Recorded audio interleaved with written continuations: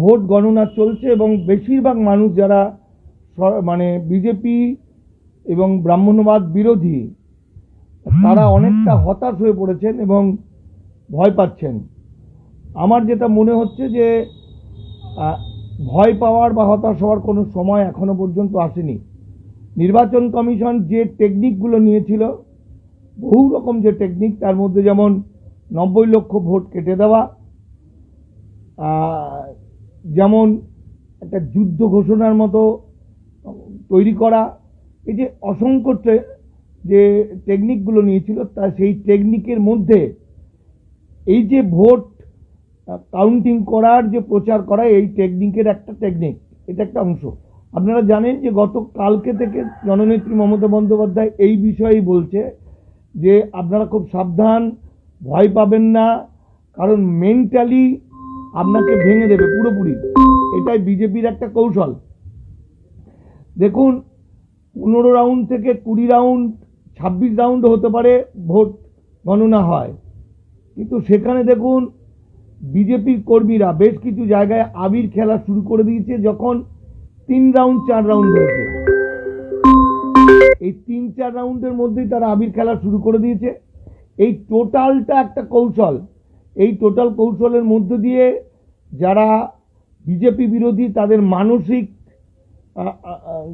জোরটাকে ভেঙে দেওয়ার জন্য, যাতে কাউন্ট সেন্টার ভেঙে থেকে বেরিয়ে পালায় বিরোধীরা, মানে তৃণমূলের লোকেরা বা সিপিএম বা অন্যান্য পলিটিক্যাল লোকেরা যারা তারা যেন বেরিয়ে চলে যায়, আর সেই সুযোগে কাজগুলো করে নেবে। আপনারা যদি জানতে চান সত্যি ব্যাপারটা কি, তাহলে বিজেপির ফান্ডেড চ্যানেলগুলো দেখার দরকার নেই, বা দেখলেও জাস্ট সিদ্ধান্ত নেবেন না। আপনারা নির্বাচন কমিশনের রিপোর্টগুলো দেখুন, তাদের ওয়েবসাইট দেখুন। বহু সিট আছে, বহু কেন্দ্র আছে যেখানকার খবর বলাই হচ্ছে না। আলটিমেটলি আমি যেটা বলতে চাইছি যে এখনো বোঝার মতো সময় আসেনি, কিন্তু শয়তানের দল বাঙালি বিরোধীরা কিন্তু পথে নেমে পড়েছে। এটা একটা কৌশল, এই কৌশলে পা দেবেন না। বারবার বলছি, যদিও আমি ব্যক্তিগতভাবে অনেকদিন আগে থেকেই বলছি, যে বেশ কিছুদিন আগে থেকে, যে এই ভোটের কোনো মূল্য নেই, এর চেয়ে রাষ্ট্রপতি শাসন ভালো ছিল। মমতা বন্দ্যোপাধ্যায় জানি না কেন রিস্ক নিলেন, যেখানে আমার সহনাগরিকরা লক্ষ লক্ষ মানুষ বেনাগরিক হতে চলেছে শেষ, সেই জায়গায় এই ভোটের কোনো মূল্য নেই। ফলত এখনো পর্যন্ত, তথাপি আমি বলবো, এখনো পর্যন্ত এমন কোনো সিচুয়েশন বাস্তবিক হয়নি যেখানে আমাদের ভেঙে পড়া যায়। ফলে আমরা লক্ষ্য করছি, খবরগুলো দেখুন, এনজয় করুন, মজা পান, কিন্তু বাস্তব কি হতে চলেছে সেটা বিকেলের পর থেকে আপনারা বুঝতে পারবেন। আর সত্যি সত্যি যদি এমন কোনো ঘটনা ঘটে যে বিজেপি চলে এলো, বা বিজেপি একক সংখ্যাগরিষ্ঠতা নিয়ে সরকার করলো, তাহলে বুঝে নেবেন যে বিজেপিকে ভোট দেওয়া উদ্বাস্তু সম্প্রদায়রা চিরকালের জন্য বাংলা থেকে শেষ।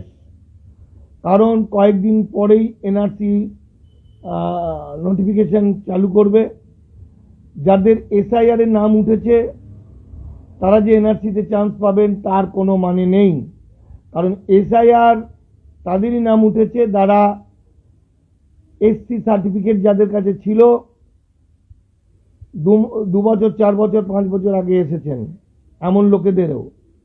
কিন্তু আইন বলছে 1950 সালের আগের লোকরাই একমাত্র এসসি সার্টিফিকেট পাওয়ার যোগ্য, বাকি কেউ পেতে পারে না। বাংলাদেশ পাকিস্তান থেকে এসে কেউ এসসি সার্টিফিকেট পেতে পারে না, আইন বিরুদ্ধ।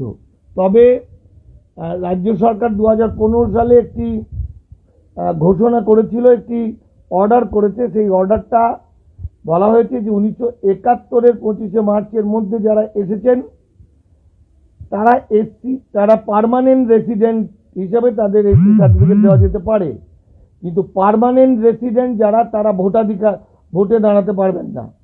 পার্মানেন্ট রেসিডেন্ট হিসাবে সে থাকতে পাবে, তার এসসি সার্টিফিকেট পাবে, কিন্তু তারা ভোটে দাঁড়াতে পারবে না। যেটা বহু এসসি ক্যান্ডিডেটরা ভোটে দাঁড়িয়েছে, এগুলো সব বাতিল হয়ে যাবে। এর মধ্যেও আর একটা গল্প আছে, ঘটনা আছে, যে 71-এর আগে যারা এসছে এলেই তারা কিন্তু এসসি সার্টিফিকেট পাচ্ছে তা নয়। 71-এর আগের, কারণ একটা জিনিস বুঝুন, প্রথম কথা হচ্ছে ভারতের এসসি, অর্থাৎ ভারত ভূখণ্ডের খণ্ডিত ভারতের এসসি। এসসি নিয়ম হচ্ছে একটা রাজ্য থেকে যখন অন্য রাজ্যে যায় তখন তার এসসি পাওয়া মুশকিল, হতে পারে না। তো একটা দেশ থেকে যখন অন্য দেশে আসবে এসসি হতে পারে না। বাংলাদেশে এসসি বা এসটি এরকম কোনো ব্যবস্থা নেই, ফলে এসসি ফর্ম ফিল আপ করার সময় কিভাবে সে প্রমাণ করবে সে এসসি, ফলে এসসি প্রমাণ করতে পারবে না। এসসি প্রমাণ করতে গেলে 1950 সালের 10ই আগস্টের আগের কাগজ দেখাতে হবে, কারণ সেই সময় 1950 সালের আগের ভোটার জমির দলিলে এসসি মানে জাতি লেখা থাকতো। আর 2015-র যে অর্ডারটা দিয়েছে পশ্চিমবঙ্গ সরকার যে 71 পর্যন্ত এসসি হতে পারে, সেটার কন্ডিশন হচ্ছে তাদের মধ্যে যারা নাগরিকত্বের সার্টিফিকেট পেয়েছে তারাই একমাত্র পেতে পারে। তবু সার্টিফিকেটটা পেতে হবে কিন্তু বাই রেজিস্ট্রেশন, সেকশন 5, তারপরে বাই 1/A, এইভাবে যারা বাই রেজিস্ট্রেশন পেয়েছেন, অর্থাৎ তারা হচ্ছেন ইন্ডিয়ান অরিজিন। এই ইন্ডিয়ান অরিজিন যারা সার্টিফিকেট পেয়েছেন তাদেরই বংশের লোকরা এসসি প্রমাণ করতে পারবেন। বাকি যারা এসসি হয়েছে সব কিছুদিন পর বাতিল হয়ে যাবে, এনআরসিতেও এরা বাতিল হয়ে যাবে। ফলে এই যে বাংলা যদি ডিজাস্টার হয় তাহলে একটা ভয়াবহ বিপদ নেমে আসবে।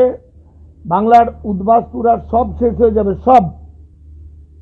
এনআরসির কাট অফ ডেট 1952, এবং মুসলমানরা যারা লাফাচ্ছিলেন নওশাদ সিদ্দিকী হাত ধরে, তাদের ইসলাম ধর্ম পশ্চিমবঙ্গের বা ভারত থেকে চিরকালের জন্য ধ্বংসের পথে।